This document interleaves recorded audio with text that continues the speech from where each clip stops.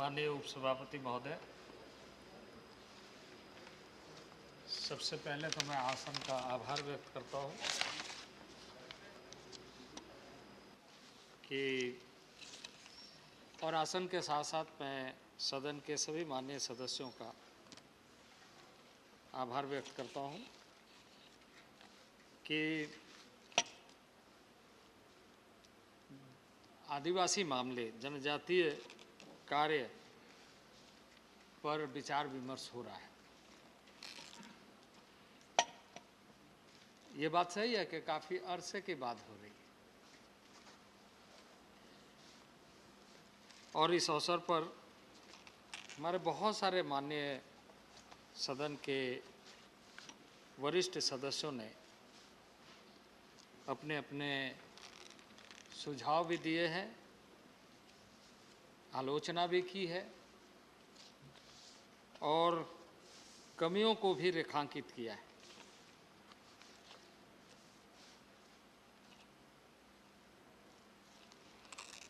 हमारे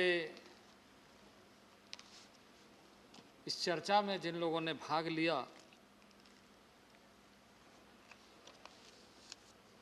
वो इस समय मैं देख रहा हूं कि अधिकतर लोग सदन में नहीं हैं,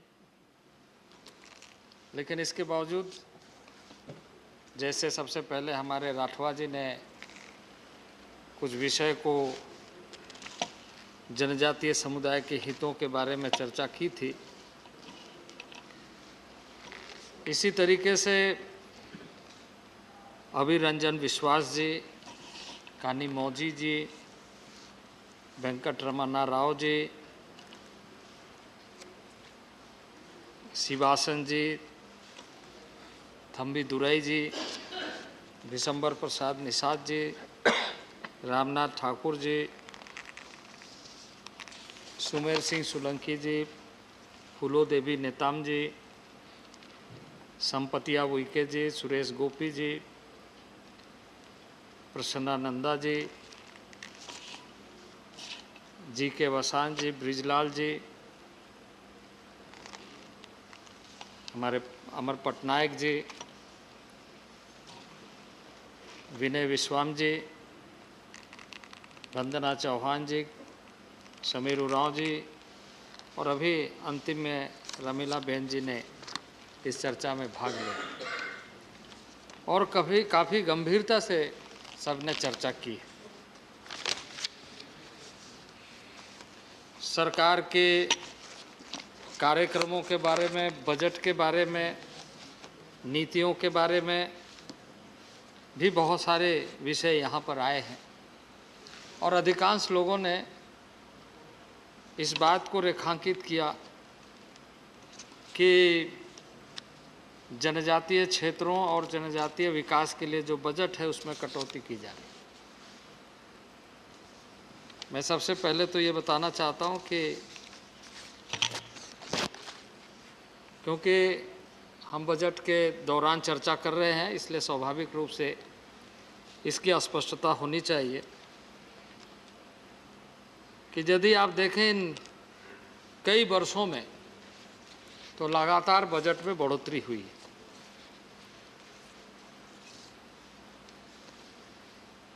और खर्चे भी उसी तरीके से हुआ है राज्यों के साथ मिलकर कि उसका लाभ कैसे अधिक से अधिक लोगों तक पहुंचे।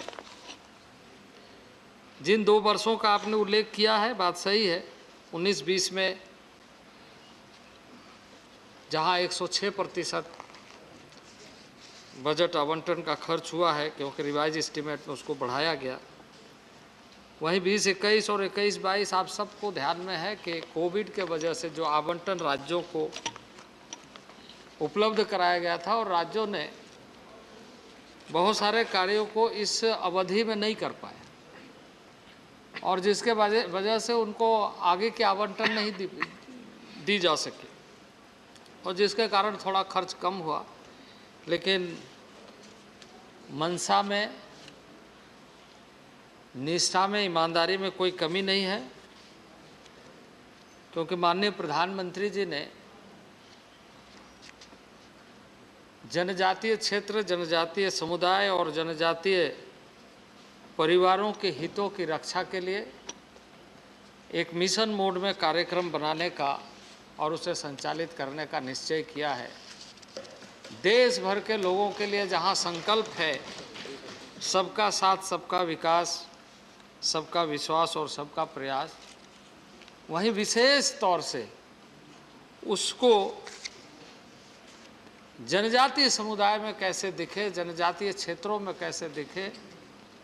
और वो बार बार हमारी चर्चा में आती है कि हम सब पिछले कई वर्षों से लगातार, मैं उस पक्ष पर थोड़ी देर में आऊँगा, क्योंकि कमियों को दर्शाना या पिछले सरकारों को कोसना ही हमारा काम नहीं है, इसमें हम ज़्यादा समय भी व्यर्थ नहीं करना चाहते। हमारा काम है आगे बेहतर कैसे हो, प्रभावी कैसे हो, और जिन समुदायों के बारे में, जिनके बारे में आपने इतनी चर्चा की है, उनके कमियों को बताया है कि उन क्षेत्रों में लोग नहीं पहुँचे, उन क्षेत्रों में काम नहीं हुआ है, वहाँ पर हमें काम करने का मौका जनता ने भी दिया है और आदिवासियों ने विश्वास भी व्यक्त किया है।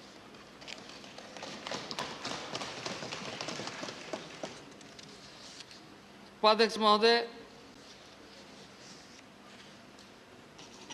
प्रधानमंत्री हमेशा इस बात की चर्चा करते हैं कि इस देश में साइलोज में काम हुए, सभी मंत्रालयों ने अपने अपने आधार पर काम करने का और अपने ही आधार पर मूल्यांकन करने का, जिसमें कोई कोऑर्डिनेशन का तारतम्यता नहीं था।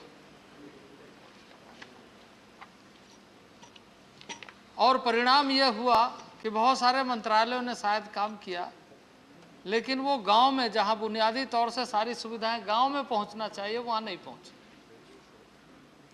और इसलिए प्रधानमंत्री का जोर हमेशा यह है कि हम उस साइलों से बाहर आकर काम करें। कम्युनिटी है तो कम्युनिटी बेस्ड प्रोग्राम इस तरीके से बनना चाहिए ताकि सभी विभागों का काम उस गांव में संपूर्ण रूप से पहुंचे और सैचुरेटेड मोड में हम काम करें कि उस गांव की सारी समस्या का समाधान करने में हम सफल हो रहे हैं। और इसीलिए बहुत सारी योजनाओं को प्रारंभ किया गया है, न केवल हमारे मंत्रालय से बल्कि सभी मंत्रालयों के माध्यम से, और उसका बेहतर कोऑर्डिनेशन कैसे हो, इस पर ज़्यादा जोर दिया गया है। उपसभापति महोदय, आप बहुत अच्छे ढंग से परिचित है झारखंड से, क्योंकि आपका लंबा संबंध है और मैं भी वहीं से आता हूँ और वैसे जगह से आता हूँ जहाँ की चर्चा भी माननीय सदस्यों ने किया। भगवान बिरसा मुंडा की धरती, वही मेरा कॉन्स्टिट्यूएंसी है।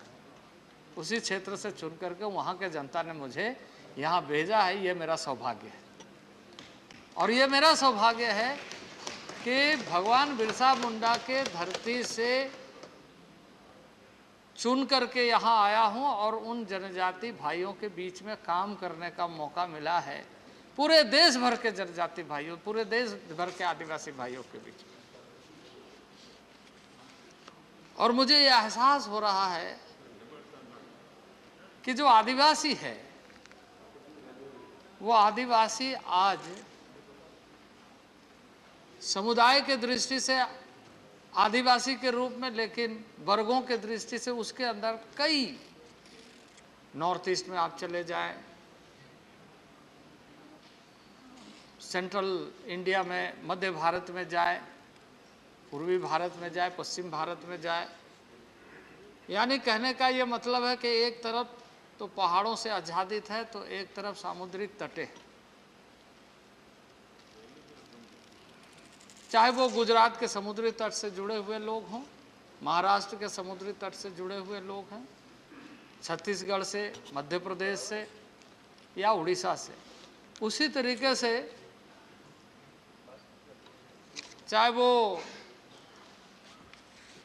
लेह लद्दाख जम्मू कश्मीर हो या अरुणाचल हो, मिजोरम, त्रिपुरा,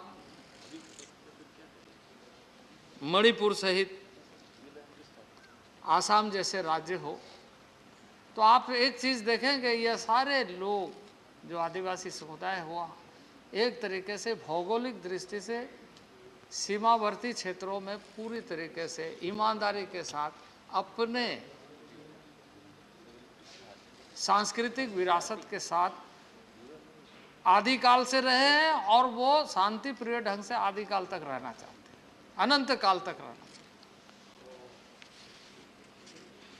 मैं एक बात यहाँ पर निश्चित रूप से कहूँगा, क्योंकि बहुत सारी योजनाएं, जिन योजनाओं की चर्चा भी करूँगा, लेकिन मैं सबसे पहले कहूँगा कि इस देश में जो बुनियादी समस्या रही है आज़ादी के बाद से, वो यही है कि इस देश में लंबे अरसे तक आदिवासियों को समझाने की कोशिश हुई, आदिवासियों को समझने की कोशिश नहीं हुई। आदिवासी को यदि समझ जाते तो शायद ये समस्या नहीं होती, जिन समस्याओं की चर्चा आज सत्ता में रहने के बाद, सत्ता से बाहर होने के बाद आप करें। लंबे अरसे तक आपने शासन किया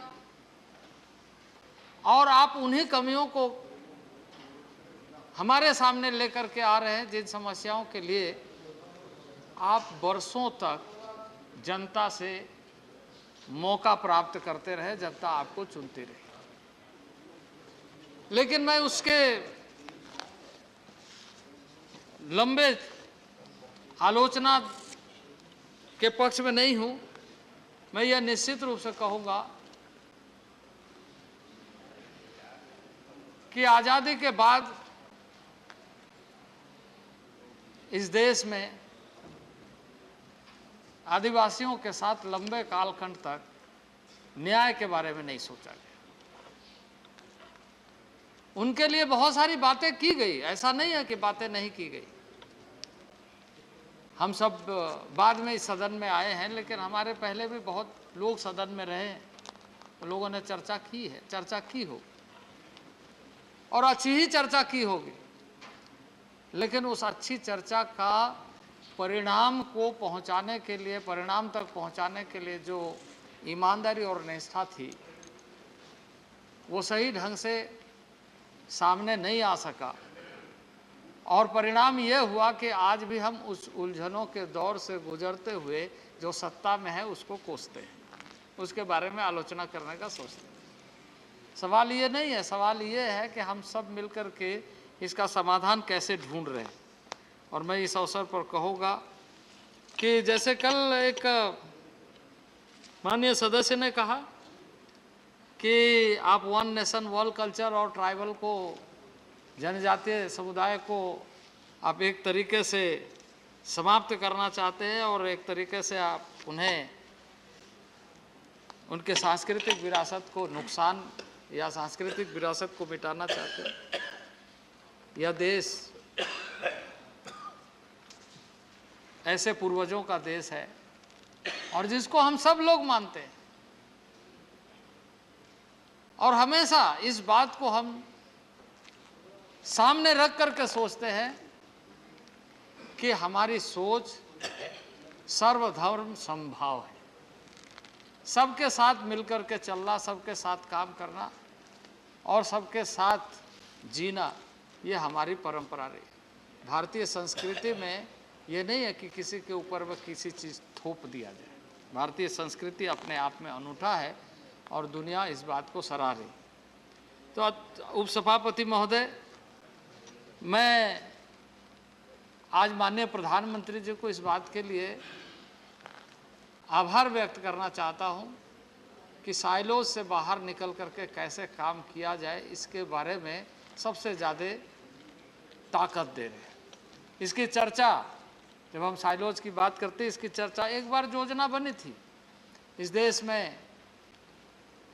जैसे हमारे मनोज जी ने जयपाल सिंह मुंडा का नाम लिया था, कॉन्स्टिट्यूएंट असेंबली के मेंबर थे, प्रोविजंस हुए उस समय।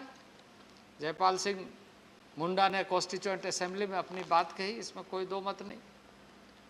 लेकिन उन बातों को लंबे कालखंड तक किस रूप में हमने लिया, किस तरीके से देखा। कालांतर में यह हम सबको यह एहसास हुआ कि हम गलत करते जा रहे हैं, और एक कमीशन बनी यूएन ढेबर की। यूएन ढेबर ने अपने रिकमेंडेशन दिया, उसके आधार पर एक नीतियां बनी। उस नीतियां का अनुपालन भी आपने कैसे किया, किस ढंग से किया?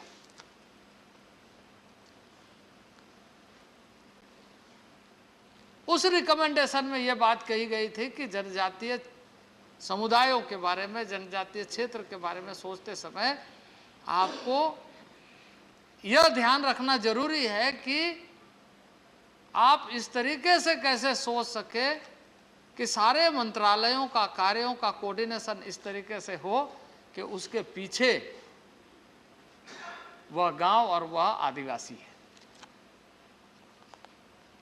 यानी उस समय यह मूल्यांकन करते हुए बताया गया कि ट्राइबल सब प्लान स्टेट कैसे बनाएगा और सेंटर कैसे बनाएगा और किस तरीके से राशियों का प्रबंधन करते हुए बजट एलोकेशन होगा और उसके अनुसार एक्सपेंडिचर होगा। आज एक माननीय सदस्य ने कहते हुए कहा कि आपके डेटा कोई मैं बता रहा हूँ। यस, हमारा डेटा है वो, लेकिन वो डेटा कब का है, किस तरीके का डेटा है?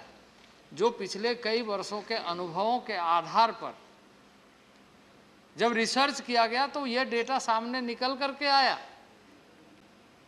कि पिछले कई वर्षों से लगातार इस नीति बनने के बाद में आपने प्रत्येक विभाग को आवंटन दिया, लेकिन उस आवंटन का उपयोग ही नहीं हुआ। और मैं इसलिए इस सदन में माननीय प्रधानमंत्री जी को आभार व्यक्त करना चाहता हूं कि उन्होंने इस बात को पकड़ते हुए उन्होंने कहा कि ये उस समय के प्लानिंग कमीशन इस बात का मॉनिटरिंग करता था। माननीय प्रधानमंत्री जी ने कहा कि यह ट्राइबल अफेयर्स को मॉनिटरिंग करना चाहिए, जिससे कि यह पता चले कि किस विभाग के द्वारा किस तरीके से उस गांव को केंद्रित करते हुए कार्य हो रहा है। और यह सुनिश्चित करने का काम अब प्रारंभ हुआ है। हमने उन कमियों को दूर करने का माननीय प्रधानमंत्री जी के नेतृत्व में चीज़ों को आगे बढ़ाया और वो उसको गतिशील बनाने की कोशिश हुई। अब यदि पीछे की चीज़ों को और थोड़ा सा हम देखें तो जिसकी चर्चा किरण रिजिजू जी ने भी किया, कई सदस्यों ने भी किया, कि एक छोटा सा भाग के रूप में गृह मंत्रालय का, उसके बाद में सोशल जस्टिस का एक मंत्रालय जिसमें ट्राइबल के मामले को देखे जाएंगे। ट्राइबल के मामले को आपने इतने छोटे तरीके से देखने की कोशिश, जिसको मैं ये मानता हूं कि आप उन्हें समझने से ज़्यादा समझाने की कोशिश की। मैं इसलिए कहता हूं इस बात, क्योंकि सवाल इस बात का था कि वो जो जनजातीय क्षेत्र है, वो जो जनजातीय लोग हैं, वो अपने विशेषताओं के बल पर है, अपनी पहचान के बल पर, अपनी संस्कृति के बल पर है, किसी धन संपदा के बल पर नहीं है, अपने चरित्र के बल पर है। उन्हें समझने की जरूरत थी। उनके बारे में आपको काम करते समय यह ध्यान में रखना बहुत जरूरी था कि वो न केवल भारत के इस भूभाग में बल्कि इसके बाहर भी, चाहे वो अंडमान निकोबार हो, दमन दीव हो, कई आइलैंड में वो सारे लोग रहने वाले जो जनजातीय एथिक्स कैरेक्टर को लेकर के जीने वाले लोग, वो संपदा अपने जीवन पद्धति को मानते हैं।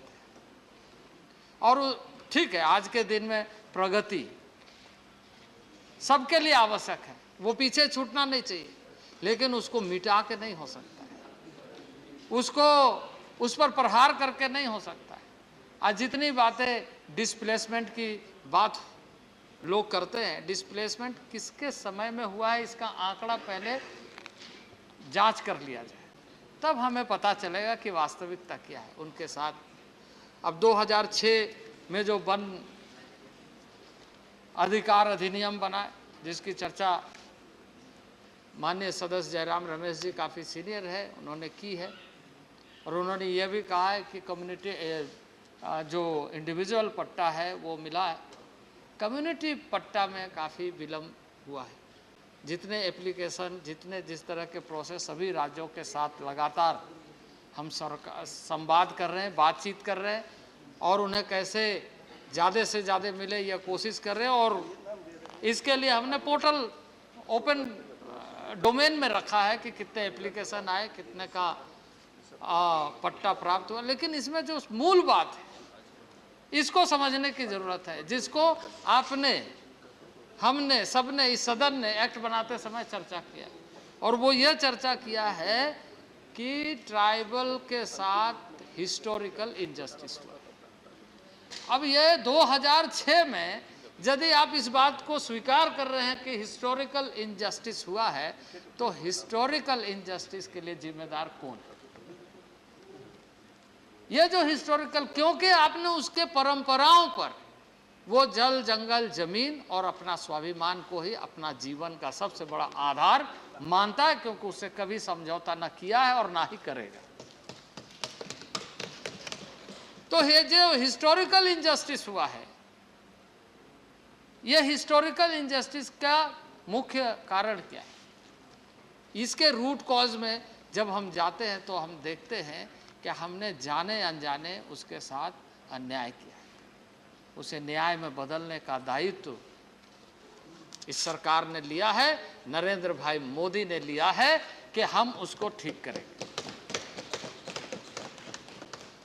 उसका समाधान अस्थाई समाधान ढूंढेंगे।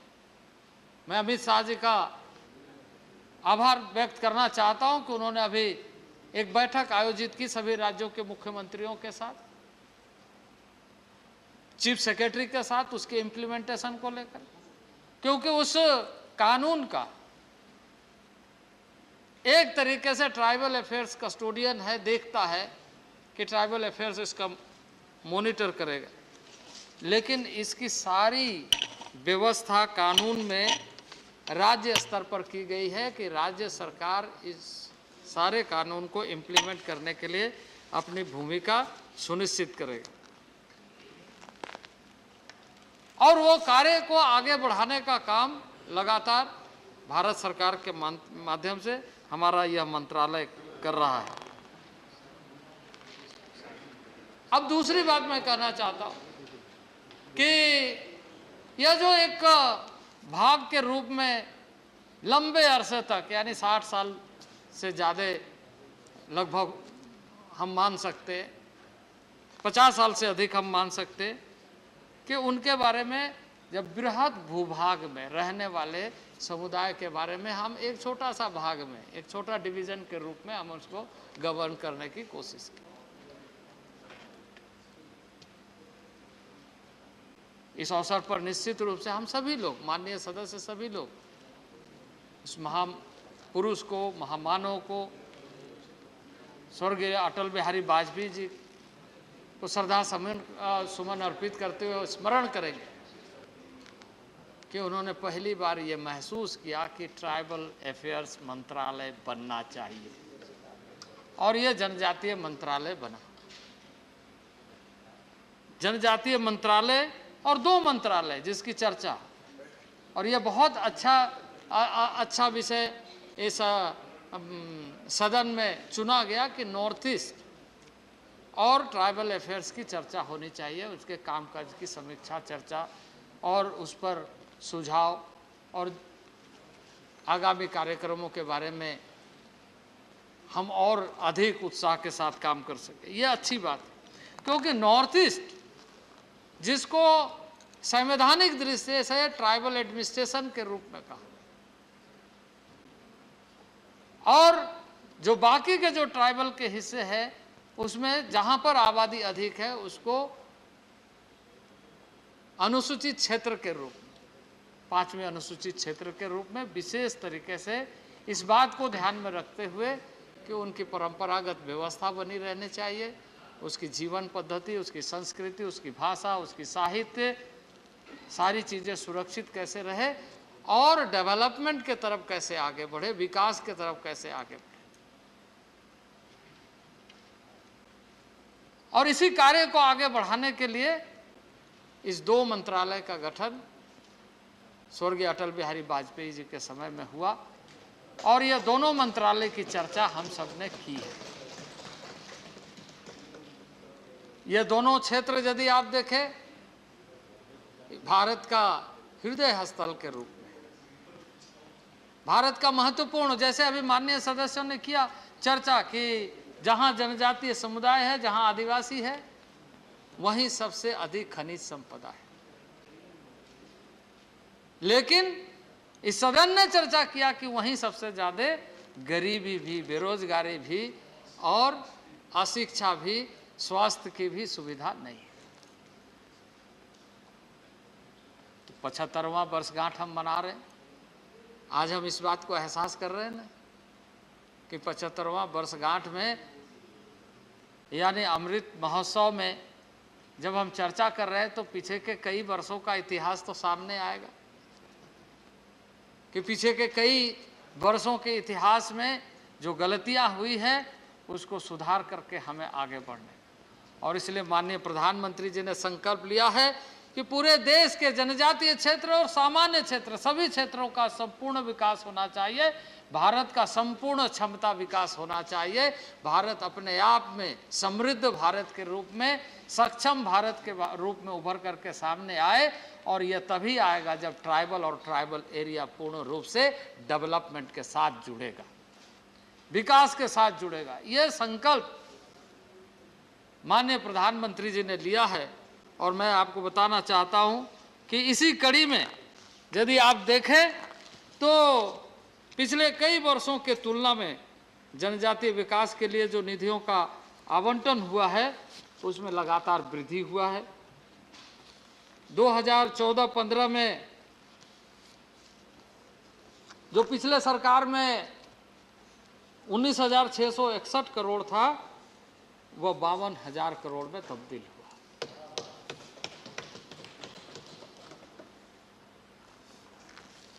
ट्राइबल अफेयर्स का बजट को अगर आप 14 के पहले देखें तो आपको सामान्य तौर से पता चल जाएगा कि क्या अप्रोच रहा है। मैं उस पर ज़्यादा नहीं जाना चाहता हूँ, आंकड़े देखने वाले आप स्वयं ही देख ले तो सबसे ज़्यादा बेहतर होगा। लेकिन जिसकी चर्चा आपने किया है कि आवंटन में कमी आई है, मैं लगातार सुन रहा था और मैं आपको बताना चाहता हूं कि लगातार आवंटन में बढ़ोतरी हुई है, और केंद्र सरकार द्वारा पिछले 6 वर्षों में जनजातीय विकास के लिए कुल मिलाकर 1,64,873 करोड़ रुपए की राशि खर्च की गई है। इसके अलावा अरुणाचल प्रदेश, मिजोरम, नागालैंड, 4 राज्यों जो विशेष केंद्रीय सहायता का है, उन्हें भी इस योजना के तहत शामिल किया गया है। माननीय सदस्यों ने चिंता जाहिर किया शिक्षा के बारे में। शिक्षा के बारे में मैं आपको बताना चाहता हूं कि 2014 में एसटी एवं सामान्य आबादी के विभिन्न विकास संकेतों में एक स्पष्ट अंतर था। सरकार ने आदिवासियों के जीवन स्तर को बढ़ाने के लिए जो कार्यनीतिक जो पहल की है, और माना शिक्षा सबके लिए, विकास सबके लिए, और खास करके जो गर्ल्स एजुकेशन, बेटियों को पढ़ाने के लिए विशेष तौर से जोर दे करके कार्यक्रमों को सुनिश्चित करने का काम किया। 2000 जैसे अभी चर्चा हो रही थी, 2013 के दौरान अगर आप 2013 के पहले देखें तो लगभग 129 EMRS संचालित, लेकिन 2019-20 को अगर आप देखें तो बढ़ करके 285 हो गई। इस समय यदि हम देखें तो 85,000 से अधिक छात्र छात्राएं इसमें शिक्षा अर्जित कर रही। इस तरीके से यदि हम आज 21-22 में देखें तो लगभग 700 EMRS का कार्य प्रारंभ हो गया, और इन योजनाओं को गुणवत्ता आधारित शिक्षा के लिए माननीय प्रधानमंत्री जी ने इस पर विशेष ध्यान रखते हुए कि हम उन सारे स्थानों पर स्कूल खोलें जहां 50,000 से अधिक 50% से अधिक आबादी हो या 20,000 से और 20,000 कम से कम आबादी होना चाहिए। इन सारे स्थानों पर लगभग 28,000 करोड़ से अधिक राशि उपलब्ध कराई गई। ये राशि लगातार उन स्कूलों के लिए खर्च किए जाएंगे। ये जो स्कूल एकलव्य मॉडल स्कूल, ये बात सही है कि ये 97-98 में प्रारंभ हुई थी, लेकिन ये 97-98 के बाद इसकी गति क्या थी? कई राज्यों में राशि आवंटित किया गया, कुछ जगहों में चलाया, कुछ जगहों में एनजीओज को किसी को भी दे करके किसी तरीके से चलने लगे। भारत सरकार उसके रेकरिंग कॉस्ट लगातार उपलब्ध कराती रही, लेकिन उसकी जो क्वालिटी है उस आधार पर नहीं है जिसकी संभावना है। और इसलिए भारत सरकार ने फैसला किया है कि इन सारे स्कूलों को हम नवोदय विद्यालय के समानांतर ढंग से संचालित करेंगे। नवोदय विद्यालय एक मानक विद्यालय के रूप में स्थापित है और उसी के स्तर पर हम इन विद्यालयों में जहां खेल और कौशल विकास का प्रशिक्षण, स्थानीय कला एवं संस्कृति की विशेष सुविधाएं कैसे प्राप्त हो, ये सुनिश्चित करेंगे। ये हमारे छात्रों के शैक्षणिक परिणाम और खेलों में भागीदारी और कैसे बढ़े, ये सुनिश्चित करने का निश्चय भारत सरकार ने किया है। विभिन्न हिस्सों में उत्कृष्ट केंद्र खोलने का भारत सरकार का कार्य योजना है, जिसमें खिलाड़ियों को और निपुण बनाया जा सके। आप उपसभापति महोदय, आपने देखा होगा पिछले दिनों में ओलंपिक के गेम में किस तरीके से देश के खिलाड़ियों ने हमारा नाम ऊंचा किया। माननीय प्रधानमंत्री जी ने व्यक्तिगत रूप से सभी खिलाड़ियों के साथ मिल करके और यही लक्ष्य निर्धारित करते हुए कि जनजाति क्षेत्र, आदिवासी क्षेत्र, उन सुदूरवर्ती क्षेत्र में मेधावी, चाहे वो शिक्षा में हो, खेल में हो या ऐसे स्किल में हो, जिस क्षेत्र में भी हो, उसको कैसे निकाल करके उसके मेधा को दुनिया के सामने परोसा जा सके, प्रस्तुत किया जा सके, यह सुनिश्चित करने के लिए हमारा मंत्रालय लगातार कोऑर्डिनेटेड वे में काम कर रहा है। और इसी कड़ी में हम हर साल EMRS का एकलव्य मॉडल स्कूल का एक स्पेशल टूर्नामेंट आयोजित करते हैं और उस आयोजन के माध्यम से हम यह कोशिश करते हैं कि हमारे खिलाड़ियों का प्रोजेक्शन ज़्यादा से ज़्यादा हो। और बहुत सारे ऐसे नॉर्थ ईस्ट के, यहाँ के बहुत सारे खिलाड़ी विभिन्न क्षेत्रों में उभर करके सामने आए हैं। मेरी कॉम भी वैसे ही एक स्टूडेंट, वैसे ही एक खिलाड़ी आदिवासी परिवार, जिन्होंने दुनिया में नाम कमाया। तो हमारा यह कोशिश है कि अधिक से अधिक खिलाड़ी हमारे स्कूलों से, हमारे क्षेत्रों से उभर करके सामने आए। सरकार ने देश भर में, खास करके उत्तर में लद्दाख राज्य से लेकर तमिलनाडु, दादरा नगर हवेली और पश्चिमी में दमन दीव से लेकर के अरुणाचल प्रदेश तक इस एकलव्य मॉडल विद्यालय की स्वीकृति दी है। और इसमें जब यह कुल मिलाकर के 740 EMRS हो जाएंगे तो लगभग 3.5 लाख विद्यार्थी, गर्ल्स एंड बॉयज स्टूडेंट्स हमारे स्कूलों में होंगे। EMRS जनजातीय क्षेत्रों में सफलता का एक नया केंद्र बनने जा रहा है और इन स्कूलों के स्तर को ऊंचा उठाने के लिए और इन स्कूलों के माध्यम से उभरते छात्र के माध्यम से राष्ट्र निर्माण की जो मूल मंशा है वो पूरी हो सकेगी। जनजातीय क्षेत्रों में शिक्षा का विस्तार अधिक से अधिक हो, भारत सरकार की यह मंशा है। मुझे यह कहते हुए खुशी हो रही, जिसकी बात कह रहे थे अब थोड़ा डिटेल्स में जाइए। बहुत लोगों ने कहा आप उस डेटा को मत ढूंढिए, क्योंकि वो डेटा आपके समय में, आप लोगों के समय में, प्लीज उस समय के डेटा के बारे में अगर हमसे पूछिएगा, क्योंकि उस समय के डेटा के बारे में आपने डेटा मैनेजमेंट क्या कैसे किया ये आप ही बता सकते। लेकिन अभी आपको मैं बताना चाहता हूं कि 30 लाख बच्चे का डिटेल्स आप जब चाहेंगे तब आपको उपलब्ध होगा, जिसको हम प्री मैट्रिक स्कॉलरशिप देते हैं। पूरा डेटा वाइज है, एक गांव का नाम, स्कूल का नाम, छात्र का नाम आपको उपलब्ध होगा। सारा डेटाबेस बनाया गया है प्री मैट्रिक को, और बच्चों को डीबीटी बेस पर पैसा उपलब्ध कराया जा रहा है। जो छात्रवृत्ति, जो स्कॉलरशिप हम दे रहे हैं वो डीबीटी के माध्यम से दे रहे हैं।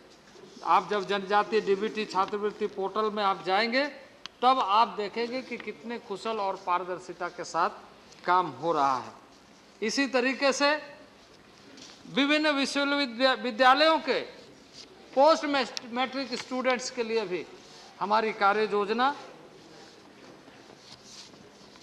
उनके सर्टिफिकेट को जांच करने के लिए पोर्टल के माध्यम से ही डिजी लॉकर बनाया गया है। उसमें वेरिफिकेशन के लिए आप सीधे तरीके से डिजिटल मोड में सारी चीज़ों को कर सकते हैं। ये सुविधाएं उपलब्ध कराई गई है और वो भी हमारे पोर्टल पर है, आप देख सकते हैं। आवेदन के प्रसंस्करण के जो समय पहले लगते थे वो समय से मुक्त हो गया है। ये प्रयास इस मंत्रालय ने लगातार करते हुए उपलब्धि हासिल की है, और जिसके वजह से मैं आपको बताना चाहता हूं कि इस मंत्रालय को लगातार इस डिजिटल मोड में सारी चीज़ों को लाने के लिए लगातार प्रोत्साहित माननीय प्रधानमंत्री जी ने और विभिन्न संस्थाओं ने किया है। अध्यक्ष महोदय, आज का युग डिजिटल का है। निश्चित रूप से हमारे सारे विद्यालयों में डिजिटल युक्त पढ़ाई हो, इसके लिए कोशिश किया जा रहा है और राज्यों को बताया जा रहा है, राज्यों से पूछा जा रहा है कि आप इस तरह के प्रोजेक्ट्स पर ज़्यादा काम करें, जिससे कि आज की जो अत्याधुनिक आवश्यकता है छात्रों, उन आवश्यकताओं को पूरा किया जा सके। भारत सरकार खुले तौर से यह कोशिश कर रही है कि विभिन्न क्षेत्रों के, मैंने जैसे शुरू में आपको कहा कि जो ट्राइबल सब प्लान की जो योजना है कि भारत सरकार जो एसटी कंपोनेंट के माध्यम से सारे मंत्रालयों का राशि को सही ढंग से उपयोग हो सके, यह सुनिश्चित करती है। वहीं संख्या के अनुपात में सभी राज्य अपने राशि को प्रबंधन करें और उन लोगों के बारे में, उन लोगों के लिए खर्च करें, उन लोगों के नाम से नहीं हो बल्कि उन लोगों के लिए हो, यह सुनिश्चित करें। और मैं इस अवसर पर बताना चाहता हूं कि हमारा यह जोर है, क्योंकि इसे मैं फिर आलोचना करूंगा, इसका कोई मतलब नहीं निकलता है, लेकिन मैं निश्चित रूप से कहूंगा कि सब प्लान का योजना नीति में लाई गई, लेकिन इसका एस्टेब्लिशमेंट के लिए, इसका मूल्यांकन के लिए, इनके कार्य योजना के लिए राज्यों में, अधिकतर राज्यों में इस बात की कमी दिखी। अधिकतर राज्यों में ट्राइबल सब प्लान एक्सपेंडिचर मैकेनिज्म काफ़ी वीक भी दिखे, और इसलिए जो हमने कहा है, राज्य सरकार को सुझाव दिया है कि जो ट्राइबल रिसर्च इंस्टीट्यूट है, ट्राइबल रिसर्च इंस्टीट्यूट लगभग राज्यों में है। उन ट्राइबल रिसर्च इंस्टीट्यूट में आप शोध के लिए, आदिवासी को शोध का विषय मत बनाइए, आदिवासियों के लिए शोध के लिए, आदिवासियों को शोध का विषय बनाने का कोई मतलब नहीं है, बल्कि आदिवासियों के लिए शोध करते हुए यदि आप उसको प्लान के लिए योजनागत तरीके से उनके लिए कार्य योजना बनाते और उसको इम्प्लीमेंटेशन के लिए करते तो हमें ज़्यादा लाभ मिलता। ठीक है, जहाँ कुछ हो रहा है उन्हें हम और प्रोत्साहित, जहाँ नहीं हुआ है उसे कैसे प्रारंभ किया जाए, इसका प्रयत्न हमारे मंत्रालय के तरफ से हो रहा है। और इसलिए इस बार हम लोगों ने बजट में, इसी बजट में आप देखेंगे तो हम लोगों ने प्रोविज़न किया है कि इस तरह के चीज़ों को मॉनिटरिंग करने के लिए, पिन पॉइंट प्रोग्राम को इम्प्लीमेंट करने के लिए, आउटकम लाने के लिए आपको जो इस्टेब्लिशमेंट कॉस्ट है वो भी भारत सरकार आपको उपलब्ध कराएगी, ताकि आपको इसका अतिरिक्त भार ना पड़े कि आदिवासी क्षेत्रों में विकास के लिए जो पैसा खर्च करना है उसका प्लान करने का ही हमारे पास में व्यवस्था नहीं है। उसके लिए भी राशि कैसे उपलब्ध हो सके हमने इस बजट में प्रावधान किया है, और मैं समझता हूं कि सभी राज्यों को इसका लाभ लेना चाहिए। अध्यक्ष महोदय, जैसे हमने कहा कि प्री मैट्रिक, उसी तरीके से पोस्ट मैट्रिक, उसी तरीके से डिफरेंट यूनिवर्सिटी में पीएचडी के लिए, ओवरसीज स्कॉलरशिप के माध्यम से विदेश में पढ़ने के लिए इच्छुक छात्र छात्राओं को भी लगातार भारत सरकार जनजातीय मंत्रालय के माध्यम से राशि आवंटित कर रही है, और लगभग इसमें 20-21 के दौरान 2400 करोड़ की व्यवस्था इसके लिए की गई थी। अध्यक्ष महोदय, इसी तरीके से मैं आपको बताना चाहता हूं कि जिसकी चर्चा लोगों ने किया, खास करके हमारी माननीय सांसद ने स्वास्थ्य के विषय में और अभयवान कमेटी के बारे में चर्चा किया। मैं आपको बताना चाहता हूं कि देश भर में स्वास्थ्य संबंधी बुनियादी ढांचे को मजबूत करने के लिए सरकार ने, जहां माननीय प्रधानमंत्री के द्वारा घोषणा किया गया है और उसको कार्यान्वित किया जा रहा है आयुष्मान भारत, ताकि वह स्वास्थ्य सेवा नीचे स्तर तक लोगों तक पहुंच सके और उसका लाभ अधिक से अधिक लोगों को मिले। जनजातीय क्षेत्रों और जनजातीय लोगों को भी इसमें भारी मात्रा में 61,13,497 लोगों को इसका लाभ मिला है और इसके बहुत अच्छे परिणाम आए हैं। टेलीमेडिसिन के माध्यम से एक मजबूत नेटवर्क स्थापित करने की योजना हमारी मंत्रालय की है, और साथ ही साथ साक्ष्य आधारित नीतियों को तैयार करते हुए समुदाय की ज़रूरतों को समझने के लिए एक विस्तृत डेटाबेस योजना तैयार की जा रही है, और इसके लिए बड़े पैमाने पर हमने एक जनजातीय कार्य मंत्रालय ने स्वास्थ्य नामक एक स्वास्थ्य पोर्टल लॉन्च किया है। आप जानते हैं अध्यक्ष महोदय, और जिसकी चर्चा माननीय प्रधानमंत्री जी ने कई मंचों पर किया और कहा है कि जनजातीय क्षेत्रों में एक जो बड़ी समस्या है वो है सिकल्स एनीमिया का, और ये बहुत बड़ी समस्या जनजातीय क्षेत्रों में, उस पर शोध के कार्य के साथ साथ समाधान की दिशा में हम आगे बढ़ रहे हैं, और उसके लिए लगातार आईसीएमआर से, हेल्थ मिनिस्ट्री से हमारा मंत्रालय तमाम देश के जो हेमाटोलॉजिस्ट है उन लोगों के साथ संवाद करते हुए नई नीतियों का निर्माण करते हुए इसका अस्थायी समाधान क्या हो सकता है उस पर काम कर रहा है, और इसी कड़ी में हमने इसका डेटा बनाने का कार्य प्रारंभ किया है, और इस डेटा के माध्यम से हम यह सुनिश्चित करने का कार्य कर रहे हैं कि जब हम आने वाले दिनों में इस अमृत काल का संकल्प ऐसा होना चाहिए कि जब हम 100वां वर्ष बनाए तो यह सिकल्स एनीमिया इस राष्ट्र से मुक्त हो जाना चाहिए, समाप्त हो जाना चाहिए। ये इस मंत्रालय का माननीय प्रधानमंत्री जी के नेतृत्व में संकल्प है और उसको आगे बढ़ाने का काम चल रहा है। इन सारे बीमारियों के साथ साथ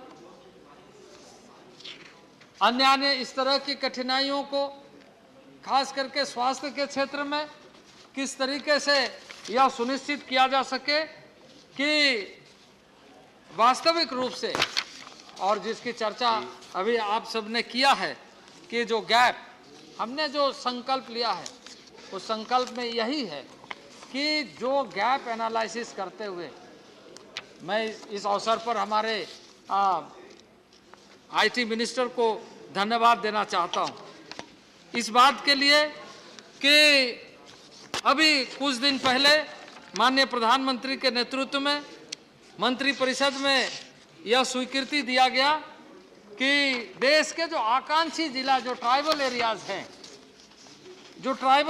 हैं आकांक्षी जिला, उसमें से 7,287 गांव की पहचान की गई है जहां मोबाइल सेवा उपलब्ध नहीं है, और उन सारे स्थानों पर 4G मोबाइल पहुंचाने के लिए विशेष योजना के तहत 6,466 करोड़ की व्यवस्था इसी कार्य योजना के तहत किया गया है कि वहां पर 4G उपलब्ध कराया जाए।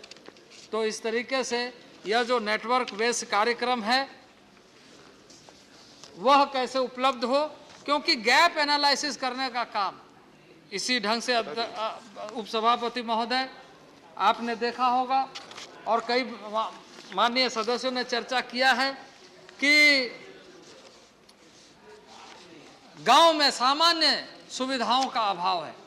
हमने अंत्योदय के डेटा को एनालिसिस किया और अंत्योदय के डेटा को एनालिसिस करते हुए जहां जहां गैप है, एक मॉडल माननीय प्रधानमंत्री जी ने पूरे दुनिया के लिए प्रस्तुत किया गवर्नेंस का, आकांक्षी जिला एस्पिरेशनल डिस्ट्रिक्ट के रूप में, और सभी जिला के पदाधिकारियों के बीच में प्रतिस्पर्धा के साथ डेवलपमेंट प्रोग्राम हो, यह सुनिश्चित करने के लिए प्रेरित किया और उसके अच्छे परिणाम निकले।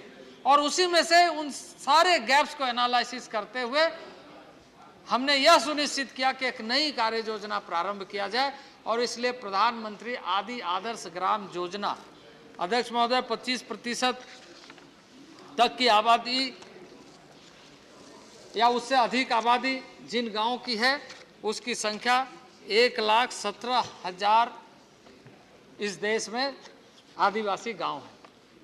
उन सारे गांवों को डेटाबेस बनाया जा रहा है, और इसके साथ साथ ही हमने जो डेटा गैप्स है उसका एनालिसिस करते हुए लगभग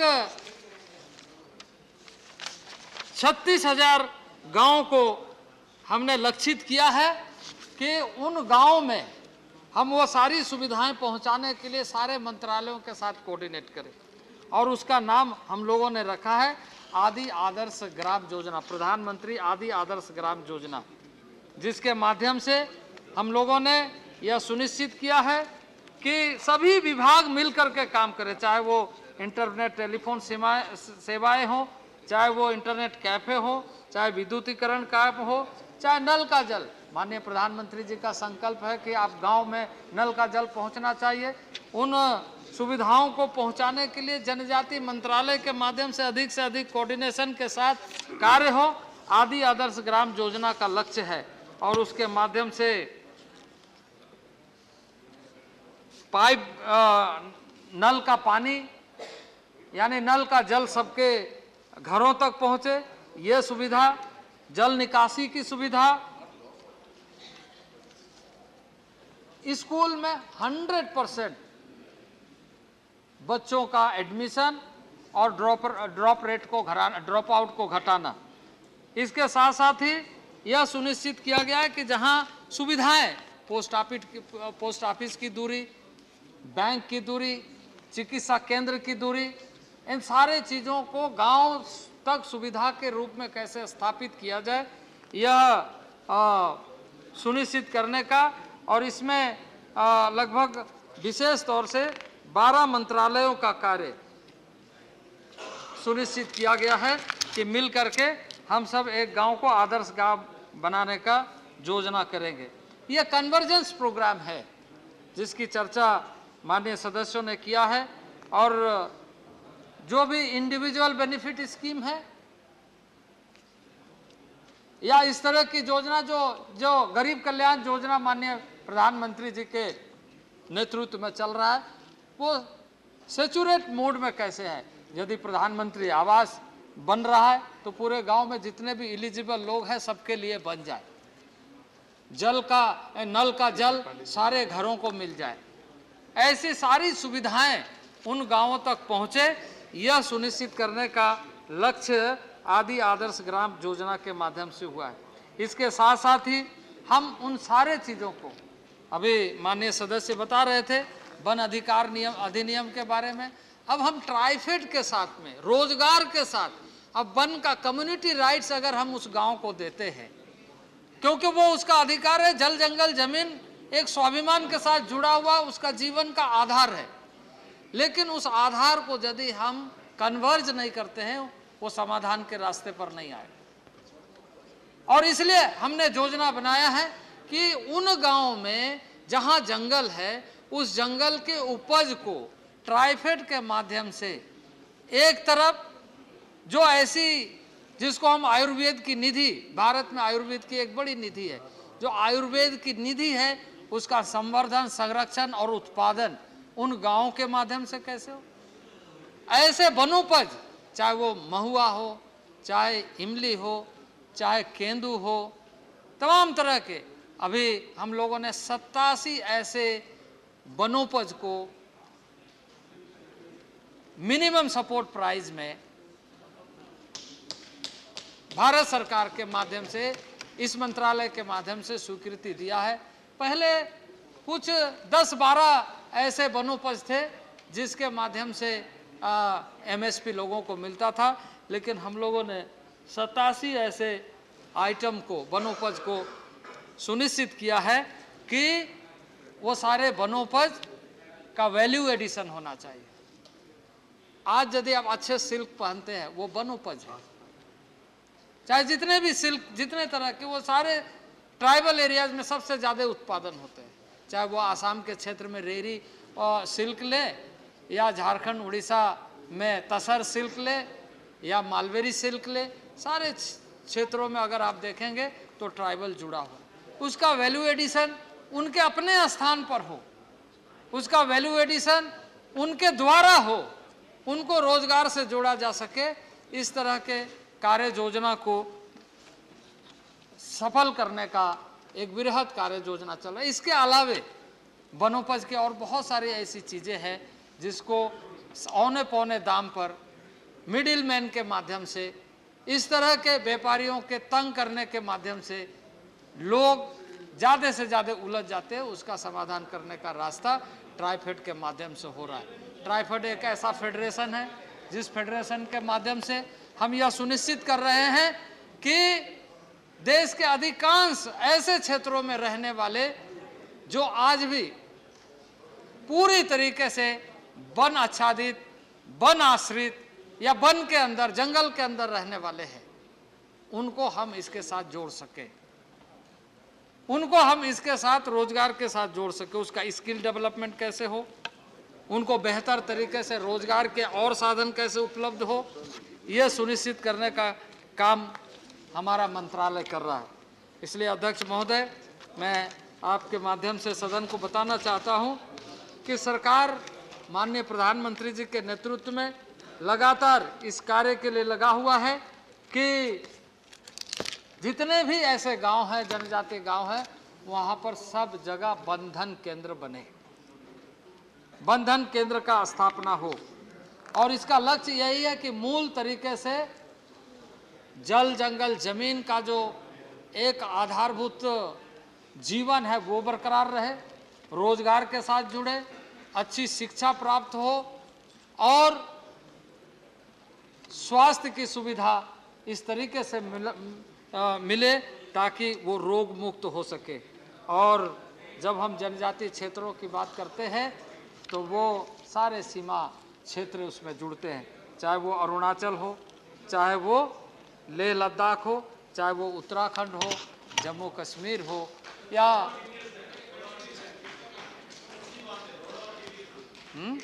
आप सुनने को तैयार हैं तो सुनाएं। प्लीज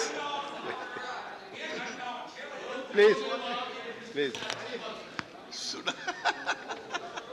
बहुत वर्षों बाद ट्राइबल अफेयर्स पे चर्चा हो रही है, होने दीजिए प्लीज प्लीज। देखिए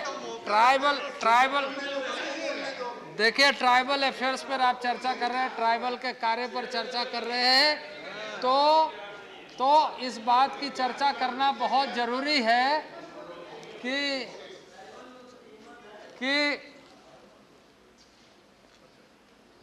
मैंने जैसे शुरू में आपको बताया कि ट्राइबल को समझने का कोशिश करें। ट्राइबल यहाँ खड़ा है और बिरसा मुंडा के धरती से आकर खड़ा है। ट्राइबल आपके सामने खड़ा है और बिरसा मुंडा के धरती से आकर खड़ा है और ये बताने के लिए खड़ा है कि आपने किस तरीके से प्लीज। आप सिर्फ माननीय उत्साह मंत्री की करके बातें जब और रिकॉर्ड इसीलिए पे जा रही हैं, आपकी जॉन आपकी दशा ये हुई है। प्लीज। आपके दशा के पीछे आप खुद ही जिम्मेदार हैं, दोष हमारे ऊपर लगाते हैं। आपकी जो दशा है उस दशा के लिए आप ही जिम्मेदार हैं, क्योंकि मैं तो आप सिर्फ आईना पोंछते हैं, अपना चेहरा पोंछ के देखिए ना, अपने आप ठीक हो जाएगा। अब आईना क्यों पोंछते हैं, चेहरा पोंछ लीजिए, ठीक हो जाएगा सब कुछ। तो अध्यक्ष महोदय, मैं आपको बताना चाहता हूं और सदन को अवगत कराना चाहता हूं कि भारत सरकार लगातार उन कमियों को दूर करते हुए, जिन कमियों को आपने राजनीतिक हथियार बनाया, अभी एक माननीय सदस्य बहुत कह रहे थे कि हम उसके साथ हैं, उसके साथ आप रहते तो उसकी यह हालत होती। उसको सिर्फ आपने अपने साथ रखा, उनको साथ होने नहीं दिया, नहीं तो यह हालत उसकी नहीं होती। अब आप नहीं सुन रहे थे अभी वायनाड के बारे में सुरेश गोपी जी ने क्या कहा? क्यों आप वहां चुनाव लड़ने के लिए गए? क्योंकि आप उसको आप ऐसे समझा सकते हैं। अब यहां से तो नहीं समझा नहीं सकते थे, यहां से तो लोगों ने आपको निकाल दिया। अब वायनाड में जा करके अब वायनाड की दशा आप बोल रहे हैं, सिर्फ प्लीज, वायनाड की दशा आप बोल रहे हैं, जा रही है। तो आईना किसको दिखा रहे हैं आप? प्लीज मिस्टर जॉन ब्रिटिश, खुद अपने आईने को, अपना चेहरे को देखिए तो आपको समझ में आ जाएगा। लेकिन इस सरकार का कमिटमेंट है, माननीय प्रधानमंत्री जी का कमिटमेंट है कि वायनाड के उन समस्याओं का समाधान भारतीय जनता पार्टी की सरकार, आदरणीय नरेंद्र भाई मोदी की सरकार पूरा करेगी। वहां तक हम पहुंचेंगे, क्योंकि आपने 75 साल में उसकी दशा क्या किया है यह आपके सामने आईने के रूप में दिख रही है। आज समस्या का समाधान यदि आप करना चाहते हैं तो आप उन कमियों को स्वीकार करिए। उन कमियों को ढकते ढकते खुद ढकते जा रहे हैं आप। उन कमियों को ढकते ढकते आप खुद ढकते जा रहे हैं, यह आपकी हालत है। और इसलिए माननीय अध्यक्ष महोदय, मैं इस अवसर पर निश्चित रूप से कहूंगा कि आज मैं निश्चित रूप से कहूंगा, आजादी के समय में लोगों ने अच्छा सोचा था, लेकिन आजादी के बाद जो लोग आए उन लोगों ने उन लोगों की भी दुर्दशा की थी। मैं गया ठक्कर बापा के द्वारा बनाया गया, ठक्कर बापा के द्वारा बनाया गया आदिम जाति सेवा मंडल में। आप कभी गए हैं? कौन गए? जरा हाथ उठाइए। कौन गए? जरा हाथ उठाइए। जिसके अध्यक्ष उप सभापति महोदय, जिस संस्थान आदिम जाति सेवा मंडल के प्रथम अध्यक्ष देश के राष्ट्रपति राजेंद्र प्रसाद जी थे, जिसके अध्यक्ष देश के राष्ट्रपति राजेंद्र बाबू थे। और उन्होंने कहा था, आदिम जाति सेवा मंडल का अध्यक्ष होने के नाते हमें गर्व है, मैं राष्ट्रपति का पद छोड़ सकता हूं, लेकिन ये छोड़ने की इच्छा नहीं है, ये उसने कहा था। लेकिन उनके द्वारा बनाए गए संस्थान में आप में से कोई गए हैं तो बताइए। ये आजादी के लंबे कालखंड का इतिहास है, ये लंबे कालखंड का इतिहास है कि आप किस तरीके से, और वो है दिल्ली में, हम लोग गए, वो है दिल्ली में, लेकिन आज तक उसी में सारी पॉलिसियों के बारे में उन दिनों में चर्चा होती, लेकिन उसको आपने रसातल में डाल दिया, उसको आपने समाप्त कर दिया, और आपने ये सोचा कि हम इसी तरीके से आश्रित जीवन के बल पर आदिवासियों का वोट प्राप्त करते रहे और हम सत्ता में बने रहे। यही तो आपने किया। और इसलिए ये दुर्दशा का आज जो आईना दिखाने की कोशिश कर रहे हैं, ये आईना आपको खुद दिखा रहा है कि आपकी वस्तु स्थिति क्या है। लेकिन मैं इस अवसर पर निश्चित रूप से कहूँगा, मैंने शुरू में कहा कि मैं ज़्यादा आलोचना नहीं करूँगा। हमारा संकल्प जो है उस संकल्प के आधार पर हमें आगे काम करना है। अध्यक्ष महोदय, जनजातीय समाज के संवैधानिक व्यवस्था का संरक्षण हो, ये सरकार प्रतिबद्ध है। जनजातीय क्षेत्रों आधा का घंटा और आधा संपूर्ण घंटा। विकास हो, यह इस सरकार की प्राथमिकता है। यहाँ के जनजातीय समाज को जो उसकी स्वाभिमान है, उस स्वाभिमान के आधार पर गर्व के साथ हम भारत के स्वतंत्र नागरिक हैं, यह बताने का गर्व प्रदान हो, यह इस सरकार का संकल्प है। और इसलिए भारत सरकार ने उनके प्राइड को, अब लोग आलोचना कर रहे थे, उसका तो कोई जवाब नहीं, लेकिन मैं बताना चाहता हूं कि भगवान बिरसा मुंडा के जन्मदिन को गौरव दिवस के रूप में आज़ादी के अमृत काल में जो फैसला किया गया है, पूरे देश के आदिवासियों का सम्मान बढ़ाया है कि जो जल जंगल जमीन अपने भारत के कण कण के लिए ब्रिटिश हुकूमत के साथ लड़ाई लड़ा, उसको सम्मान देना देश का प्रधानमंत्री नरेंद्र भाई मोदी जानते हैं। और इसलिए आदिवासी गौरव दिवस के रूप में 15 नवंबर को घोषित किया गया है। और इस उपलक्ष्य में यह कोशिश किया गया है, सिर्फ माननीय कि मंत्री पूरे देश की के बातें ही रिकॉर्ड आदिवासी पे जा रही समाज हैं। के और कुछ नहीं, प्लीज। उस भूले बिखरे जिसको लोगों ने भुला दिया, उसको हम निकाल करके सामने लेकर के आए।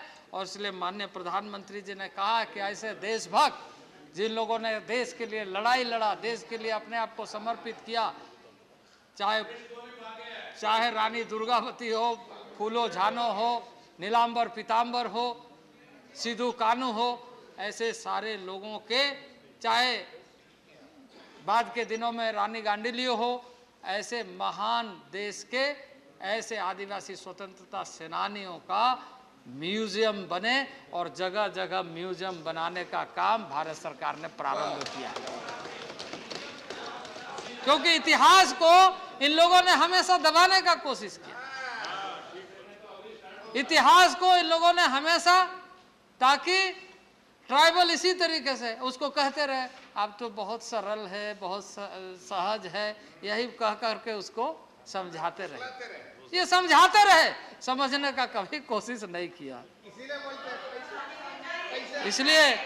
इसलिए अभी 9 राज्यों में संग्रहालय का स्थापना हो रहा है, काम चल रहा है, अधिकारों का संरक्षण करने का कार्य चल रहा है।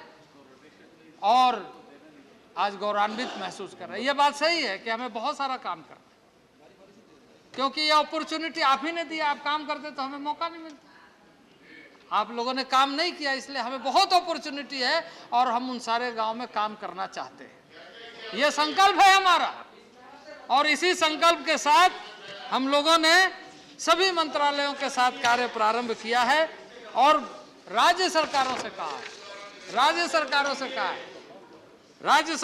कहा है कि ट्राइबल सब प्लान को और ठोस तरीके से बनाएं। पिछले दिनों जब राष्ट्रपति के माध्यम से, क्योंकि आप जानते हैं जनजातीय क्षेत्रों के प्रशासन के बारे में एक व्यवस्था है, संवैधानिक व्यवस्था है, उस व्यवस्था के तहत महामहिम राष्ट्रपति के अध्यक्षता में पूरे देश के ऐसे क्षेत्रों के सभी महामहिम राज्यपाल और यह मंत्रालय संयुक्त रूप से बैठक करके इन सारे चीज़ों पर, चाहे वो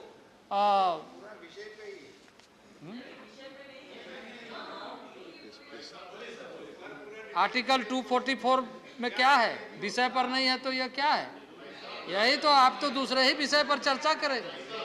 तो संवैधानिक प्रावधानों के आधार पर उन क्षेत्रों के उन बातों का ध्यान किस तरीके से रखा जा रहा है राज्यों के माध्यम से, उसका मूल्यांकन करते हुए ये व्यवस्था है कि प्रत्येक राज्य अपने अपने राज्यों में जनजातीय क्षेत्रों के प्रशासन, विकास और भविष्य का नीति निर्धारण करने के दृष्टि से लिए गए उपायों को और किए गए कार्यों को समीक्षा के साथ राष्ट्रपति महोदय को भेजे। उसमें भी इन सारी चीज़ों की चर्चा हुई है कि पिछले कई वर्षों के जो कमियां हैं उसको कैसे ठीक किया जाए। अब इन बातों को, अब लंबे समय तक आप रहे तो यह चर्चा में तो बात आएगी ही, इसमें हमारी गलती नहीं है, इसमें तो गलती आप ही की है, क्योंकि आप ही ने मौका दिया है। तो हम क्या करें, क्योंकि लंबे समय रहने के बाद में आपने हमें मौका दिया कि प्लीज अब आप यही बात कह करके तो अध्यक्ष महोदय, तो हम इन सारे चीज़ों को संकलित करते हुए, संरक्षित करते हुए, व्यवस्थित करते हुए विकास के ढांचा को बुनियादी तरीके से स्थापित करने का काम कर रहे हैं और हम अटल इरादे के साथ काम कर रहे हैं माननीय प्रधानमंत्री जी के नेतृत्व में कि संपूर्ण ढंग से जनजातीय समाज का जो मूल अवधारणा है, जीवन पद्धति है, उसको संरक्षित करते हुए, आदि संस्कृति को बरकरार रखते हुए, मौलिक सुविधाओं से जोड़ते हुए, नई जो बदलती हुई दुनिया में उनका भी एक व्यवस्थित तरीके से विकास का रास्ता ऐसे बने जिसमें हम ये कह सके कि वास्तविक रूप से हम कह सके। कृपया बैठ करके टिक्का टिप्पणी न करें। रूप से हम कह सके, माननीय मंत्री जी को बोले कृपया बैठ कर टिक्का टिप्पणी न करें प्लीज। इस देश में अमृत काल का संकल्प का परिणाम देश के आदिवासियों को मिल रहा है। अध्यक्ष महोदय, इसलिए मैं बताना चाहता हूं कि देखिए, आप इसमें राजनीति मत करिए, क्योंकि राजनीति में आप फेंका जाइएगा अभी। इसलिए फेंका जाइएगा क्योंकि आपके पास आप बोलने के लिए कुछ रहा नहीं, आपके पास कुछ बोलने के लिए रहा नहीं। और यदि हम आगे बोलना चाहें तो अभी आप रात भर नहीं, हम आपके बारे में नहीं बोलेंगे, आपके बारे में नहीं बोलेंगे, हम आपके द्वारा किए गए अन्याय के बारे में बोलेंगे, आपके बारे में नहीं बोलेंगे। हम आपके द्वारा किए गए अन्याय के बारे में बोलेंगे। आप जितना अन्याय किए हैं, कृपया आपस में बात न करें। आप जितना अन्याय किए हैं अध्यक्ष महोदय, आज भी इनके द्वारा किए गए डिस्प्लेस लोगों की चर्चा, आज ये बोलते हैं डिस्प्लेस हो गए। और डिस्प्लेस किसने किया? मैं तो राज्य में मुख्यमंत्री रहा हूं, इसलिए मुझे राज्य में उन सारे चीजों को देखने का मौका मिला और उन सारे चीजों को समझने का मौका मिला कि डिस्प्लेस का मुद्दा क्या है। तो डिस्प्लेस का मुद्दा आप नहीं बनाए झारखंड, और आप बनाते भी नहीं, आप झारखंड बनाते भी नहीं। अगर इस देश में प्रधानमंत्री अटल इरादे वाले अटल बिहारी वाजपेयी नहीं होता तो ये राज्य नहीं बनता, क्योंकि आप बरगलाने में माहिर हैं। हमारे जो माननीय इनके और भी जो लोग आज नहीं हैं, वो बड़े माहिर खिलाड़ी थे। तो इन लोगों ने सदैव इसी तरीके से मीठी बात करके,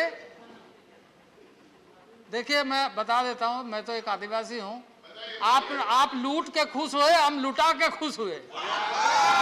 चलिए, आप लूट के खुश हुए, हम लुटा के खुश हुए। इसलिए खुश हुए कि हम सस्ता छूटे, इसलिए हम खुश हुए कि हम सस्ता छूटे आपसे, नहीं तो और पता नहीं रहते कितना लूट लेते। तो इसलिए अध्यक्ष महोदय, आज मैं विनम्रता के साथ ये कहना चाहता हूं कि गंभीरता से चर्चा हुई है, हमने सुझाव प्राप्त किया, आलोचना भी सुना, लेकिन कम से कम ये जो माननीय प्रधानमंत्री जी ने संकल्प लिया है, उस संकल्प को दोहराते हुए आप भी बोलिए कि 100 साल जिस दिन हम मनाएंगे, उस दिन आदिवासियों का जीवन, आदिवासियों का भविष्य किस तरीके से दिखेगा। हमारे साथ हमारे काम को सराहने का हिम्मत जुटाइए, बड़े दिल से सोचिए। आदिवासी का जिस तरीके से बड़ा मन होता है, वैसे आप यहाँ बैठ कर के थोड़ा बड़ा मन दिखाइए। आप यदि इस चीज को करेंगे तो निश्चित रूप से जनजाति और जनजातीय क्षेत्रों का, देश का भला होगा और देश के समस्त नागरिकों को यह कहने का गर्व होगा कि जिस विदेशी हुकूमत के खिलाफ में लड़ करके हमारे पूर्वजों ने आज़ादी दिलाई। प्लीज मंत्री जी बोल रहे हैं, आप उनको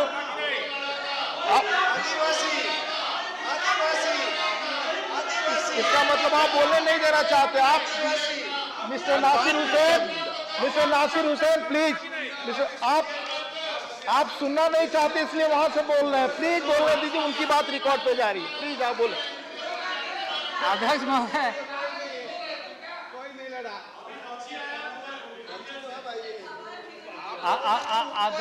अध्यक्ष महोदय, अभी इनको यदि हम कहें, प्लीज आपस में बात ना करें। प्लीज पीछे बैठकर आपस में बात ना करें प्लीज। माननीय मंत्री जी, आपकी बात ही रिकॉर्ड पे जा रही है, कोई और बात रिकॉर्ड पे नहीं जा रही है। आप बोले प्लीज। राहुल गांधी प्लीज नहीं, प्लीज प्लीज अध्यक्ष महोदय, प्लीज अध्यक्ष महोदय, प्लीज अध्यक्ष महोदय, ये विषय नहीं है कि हम यहाँ पर सिर्फ इस तरह की बातें करें, बल्कि आपको ये ध्यान में रखना चाहिए इस सदन की बातों को पूरे देश के 10.5 करोड़ आबादी इस बात के लिए इंतजार कर रहा है कि शायद आज की चर्चा से और आप जिस तरह का व्यवहार कर रहे हैं उसे यही लग रहा है कि आप कैसा सोचते थे। प्लीज डिपार्टमेंट के बारे में ही तो मैं बता रहा हूँ, डिपार्टमेंट के बारे में ही तो बता रहा हूँ।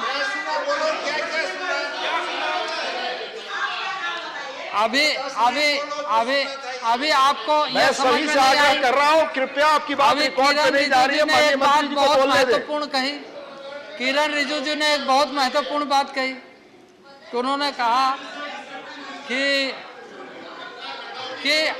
अरुणाचल प्रदेश, जिसके बारे में कहा गया कि यहाँ 100% ट्राइबल है, लेकिन ट्राइबल सूची में उसका नाम ही नहीं है।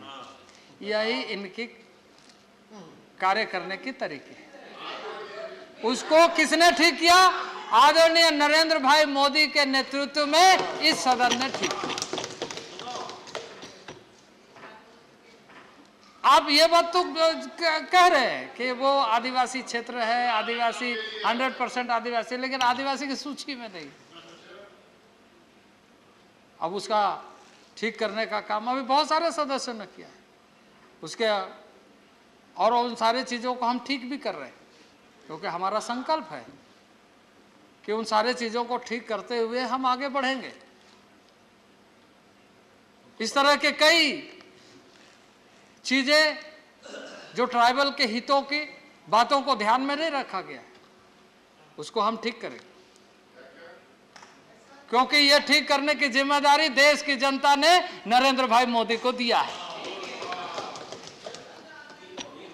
इस देश के यशस्वी प्रधानमंत्री इसीलिए संकल्प के साथ काम कर रहे हैं, और इसलिए जब गौरव दिवस 15 नवंबर को माननीय प्रधानमंत्री भोपाल पधारे थे, भोपाल गए थे, तो उन्होंने इस बात का उल्लेख किया था कि इस देश के असली हीरो आदिवासी है, जिन्होंने किसी चीज़ के लिए ब्रिटिश हुकूमत हो या किसी की भी सरकार हो, चाहे वो अंग्रेज का हो या मुगल का हो, लोगों ने समझौता नहीं किया, संघर्ष किया अपने इस धरती के लिए, इस भारत के लिए, और इसलिए असली हीरो है। आज यदि उन्हें सम्मान मिल रहा है तो आपको कठिनाई क्यों हो रही? उसमें तो आपको तारीफ करना चाहिए कि आपने अच्छा फैसला किया। प्लीज बैठ करना। डेवलपमेंट के लिए हमारे पास जो कार्य योजना है, अध्यक्ष महोदय, अध्यक्ष महोदय, हमने जैसे कहा कि डेवलपमेंट के जो रोड मैप है, अप्रोच है, उस अप्रोच को हम लोगों ने सही अनुसरण कैसे किया जाए इसका ध्यान रखा है। क्योंकि सबसे ज़्यादा दिक्कत यही हुई कि उन तक पहुंचने के लिए जो हमें रास्ता अपनाना चाहिए वो रास्ता हम नहीं अपना पाए।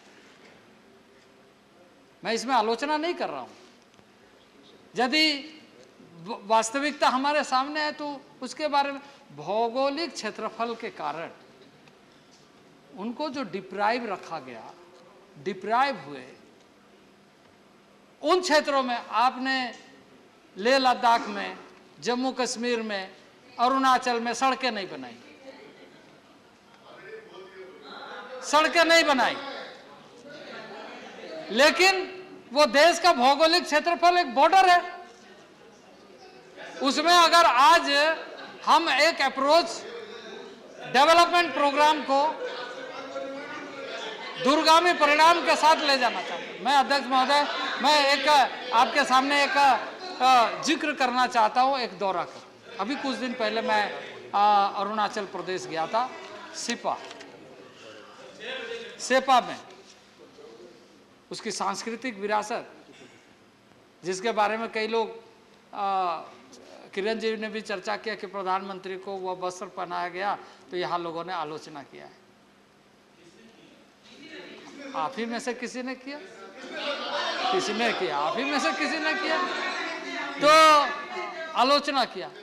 लेकिन आप उनके हृदय को देखने का काम करिए, उनको समझने का काम करिए कि उसकी सरलता, सहजता और उन सारे जगहों में उन लोगों ने क्या कहा।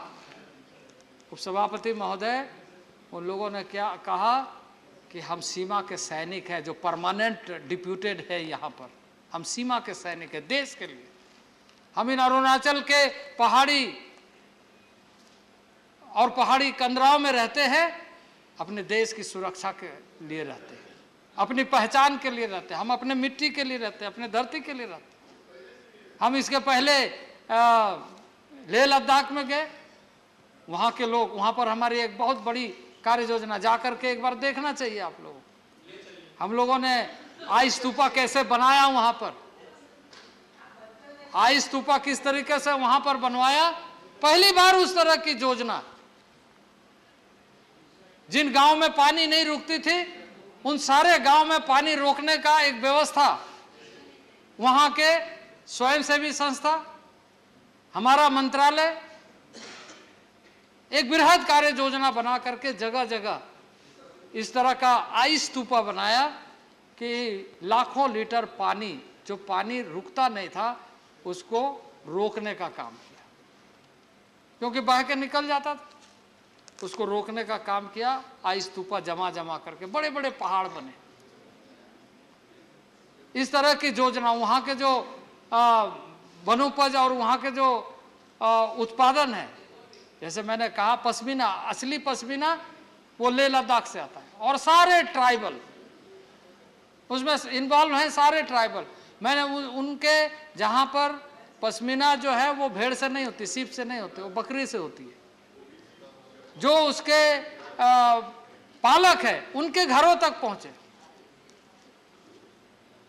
और उनको सुविधाएं प्रदान की कि ब्रीडिंग जब होता है तो उन लोगों की देखभाल और उन लोगों की सुरक्षा के लिए किस तरह की सुविधा आवश्यकता है, और उसका प्रोडक्शन बढ़ा।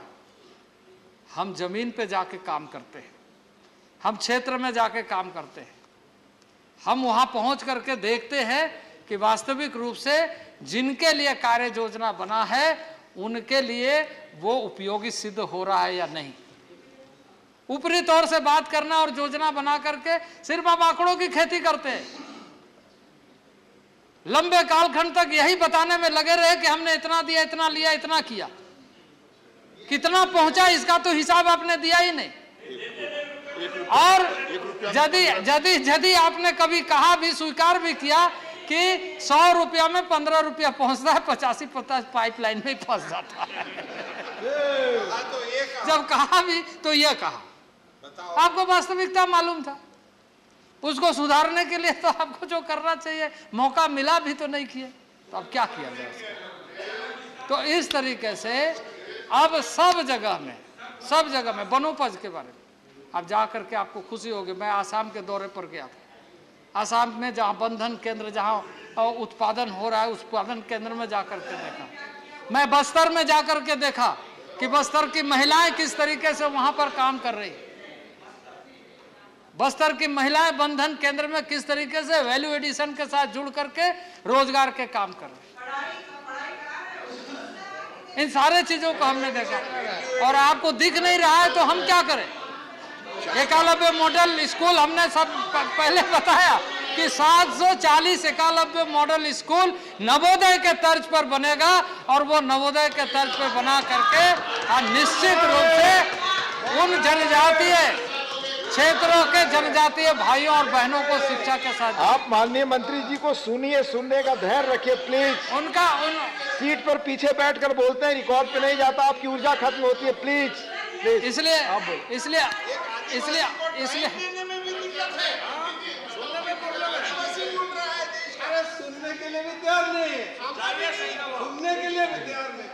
अध्यक्ष महोदय, मैंने आपको जैसे कहा, अध्यक्ष महोदय जैसे आपको कहा कि जो ट्राइबल का एम्पावरमेंट। प्लीज आपस में बात ना करें, कोई चीज रिकॉर्ड पे नहीं जा रही, आपकी ऊर्जा खत्म हो रही है। प्लीज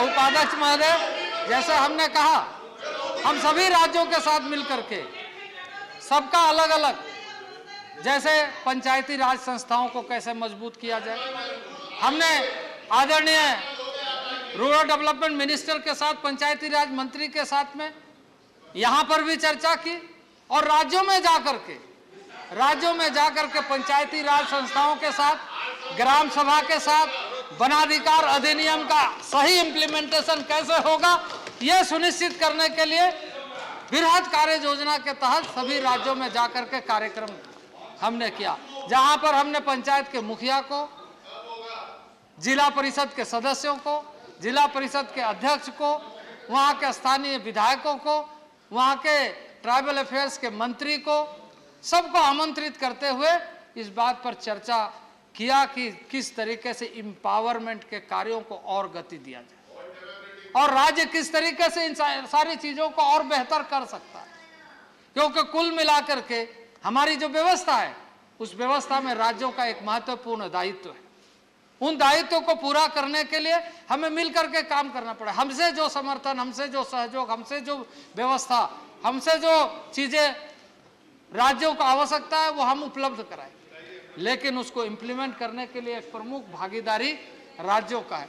उसी तरीके से जो हमारे जिला स्तर पर संस्थाएं हैं, हमारी व्यवस्था है, हम एक ITDA के माध्यम से, इंटीग्रेटेड ट्राइबल डेवलपमेंट एजेंसी और इंटीग्रेटेड ट्राइबल डेवलपमेंट प्रोग्राम के तहत हम सभी ऐसे जिले में, एक जिले में कई संस्थाएं इस तरह के, जहां पर आबादी है वहां पर इस तरह की संस्थाएं। और मैं राज्यों को यह सुझाव देना चाहता हूं और कहना चाहता हूं, निवेदन करना चाहता हूं कि वैसे जगहों में अच्छे पदाधिकारी दे, टाइम बाउंड प्रोग्राम करें और इम्प्लीमेंटेशन को, एग्जीक्यूशन को इस तरीके से करे कि उसका आउटकम सामने आए, उसका परिणाम सामने आए और उन परिणामों के साथ जुड़ करके आगामी लक्ष्यों को हम बेहतर ढंग से प्राप्त कर सके। और इसलिए आप, यही तो कार्यक्रम तो चल रहा है, आपके रोड मैप पे हम चलने वाले नहीं हैं। आप लोगों ने क्या किया, इन लोगों के बारे में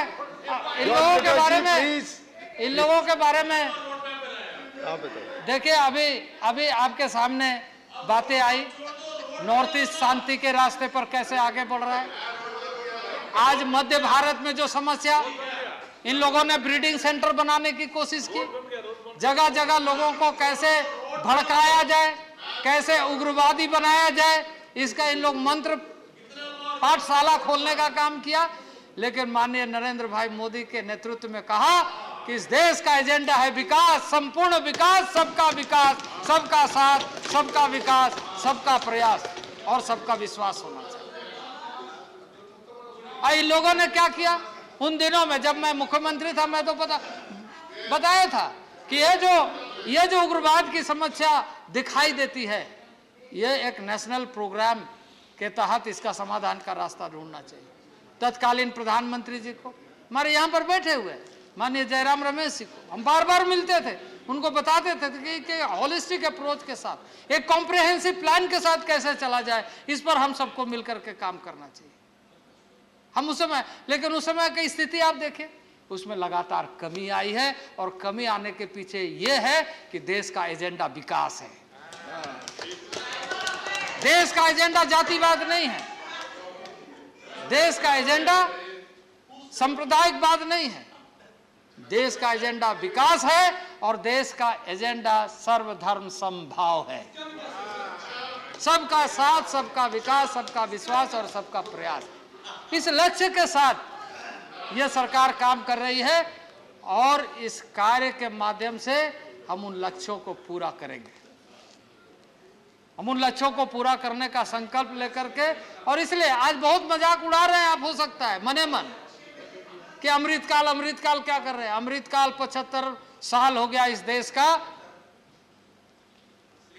और 75 साल के अंदर आपने क्या किया उसका उदाहरण आप ही खुद ही दे रहे हैं। आप खुद ही दे रहे हैं कि आपने क्या किया। तो मैं उन सारी बातों पर जाना नहीं चाहता, मैं तो इतना ही कहना चाहता हूँ कि आइए सब मिलकर के, अब तो रास्ते में आइए, अब तो कुछ काम करिए, मिल करके अच्छे सुझाव दीजिए, हम उसका स्वागत करेंगे। अच्छा सुझाव दीजिए, हम आपका स्वागत करेंगे। और आलोचना खुद का करिएगा तो मैं कुछ नहीं कर सकता, है कि नहीं? आप खुद का आलोचना करिएगा तो हम कुछ नहीं कर सकते। हम तो यही कह सकते हैं, अच्छे सुझाव दीजिए। आपके अच्छे सुझाव का हम स्वागत करते हैं, अच्छे सुझाव को जरूर मानेंगे, उसको इम्प्लीमेंट करेंगे। क्योंकि आपने नहीं किया ठीक है, कोई बात नहीं, हम तो करेंगे, हमारी जिम्मेदारी है, हमारा संकल्प है, हमारी प्रतिबद्धता है। क्योंकि हिंदुस्तान सिर्फ हिंदुस्तान ही नहीं, हिंदुस्तान दुनिया का सर्वश्रेष्ठ समृद्ध राष्ट्र बने, देश का हर नागरिक का सपना है। इसीलिए देश के लोगों ने नरेंद्र भाई मोदी को देश का प्रधानमंत्री बनाया।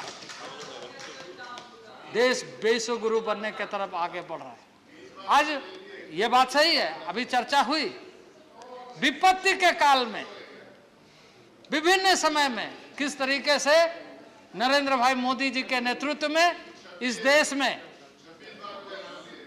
इवैक्यूएशन का प्रोग्राम जिस ढंग से आपके सामने माननीय विदेश मंत्री ने कहा कि दुनिया में ऐसे जगहों में जहां झगड़े हो रहे, लड़ाई हो रही है, वहां से भारत के लोग सुरक्षित कैसे आ रहे हैं। तो ये नेतृत्व का परिणाम है, नेतृत्व का परिणाम है, ट्राइबल भी है, ट्राइबल ये नेतृत्व का परिणाम है। इस नेतृत्व को स्वीकार करिए और मान के चलिए, तभी आपका भी कल्याण होगा। इसलिए अध्यक्ष महोदय, मैं फिर से आग्रह करूंगा कि जनजातीय मुद्दों पर गंभीरता से चर्चा करिए, जनजातीय मुद्दों पर संवेदनशील बनिए। देखिए, मैं एक बार फिर बात आपको बता रहा हूँ कि जनजातीय मामलों में संवेदना व्यक्त मत करिए, संवेदनशील बनिए।